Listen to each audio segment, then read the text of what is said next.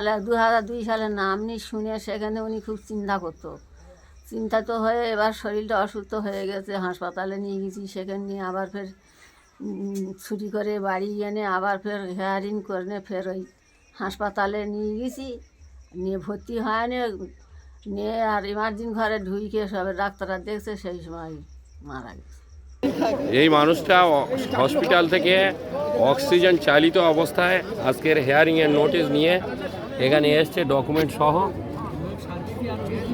সহ। এখানে এই মানুষটা বংশ পরম্পরায় এই ভারতের বাসিন্দা। দেখুন এখানে অক্সিজেন সিলিন্ডার সহ গাড়িতে বসে আছে। এই মানুষটাকে ওই হেয়ারিংয়ে কিন্তু আসতে হচ্ছে। নির্বাচন কমিশন এমন জাঁতাকল তৈরি করেছে মানুষের। আজকে দেখুন এই বয়স্ক বৃদ্ধ মানুষটা হাসপাতালে ভর্তি ছিল, তাকে সেখান থেকে নিয়ে আসতে হয়েছে এখানে হেয়ারিংয়ে, জয়নগর 2 নম্বর ব্লকে।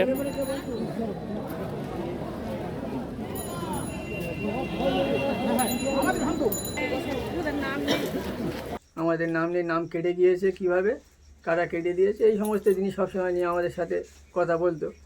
আমরা বলতে এখন হেয়ারিং হবে, এবার এই করতে করতে একদিন অসুস্থ হয়ে গেল, হাসপাতালে নিয়ে গেছি ডায়মন্ড থেকে। ওরা একদিন রেখে ওরা বললো এখানে আমাদের দ্বারা সম্ভব নয়, বলে আমরা ওখান থেকে নিয়ে আবার চিত্তরঞ্জনে চলে যাই।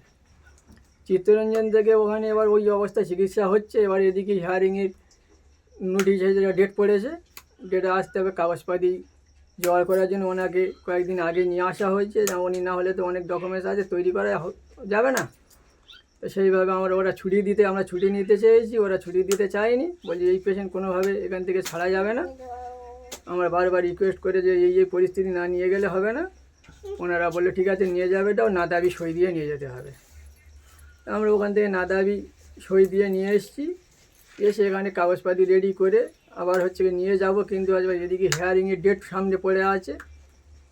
এবার হেয়ারিংয়ের ডেট পড়ে আছে, ওখানে নিয়ে গিয়েছি। অক্সিজেনের অবস্থা, এখানে অক্সিজেন সিলিন্ডার নিয়ে, আর উনি সারাক্ষণই অক্সিজেন থাকে। অক্সিজেন অবস্থায় বাড়ি থেকে অক্সিজেন সিলিন্ডার ভাড়া করে নিয়ে আসা হয়। একটা এক্সট্রা থাকে, একটা ওনার কাছে লাগানো থাকে কন্টিনিউ। সেই অবস্থায় আমরা নিয়ে গেছি হেয়ারিংয়ে। নিয়ে এসে বাড়ি থেকে এসেছি, একটা দিন ছিল। তার পরের দিন সকালবেলা ওই নিয়ে হাসপাতালে নিয়ে গেছি।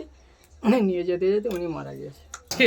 এই যে এসআইআর নামক ষড়যন্ত্র, এসআইআর নামক চক্রান্তের মধ্য দিয়ে নির্বাচন কমিশন যেভাবে বাংলার মানুষের একের পর এক প্রাণ চলে যাচ্ছে, কখনো বিএলের মৃত্যু, কখনো বা সাধারণ নাগরিকের যারা জন্মসূত্রে বংশ পরম্পরায় ভারতের নাগরিক, বাংলার নাগরিক, তাদের শুধুমাত্র কাগজপাতির অভাবে যে একের পর এক প্রাণ দিতে হচ্ছে, এর দায় কিন্তু সম্পূর্ণ নির্বাচন কমিশনের নিতে হবে। এবং বিজেপি কলমে নির্বাচন কমিশনকে দিয়ে এই যে কাজটা করাচ্ছে, বাংলার নাগরিককে বেনাগরিক বানানোর এই যে ষড়যন্ত্র করছে, এর বিরুদ্ধে তীব্র প্রতিবাদ করছেন আমাদের নেতা অভিষেক বন্দ্যোপাধ্যায়।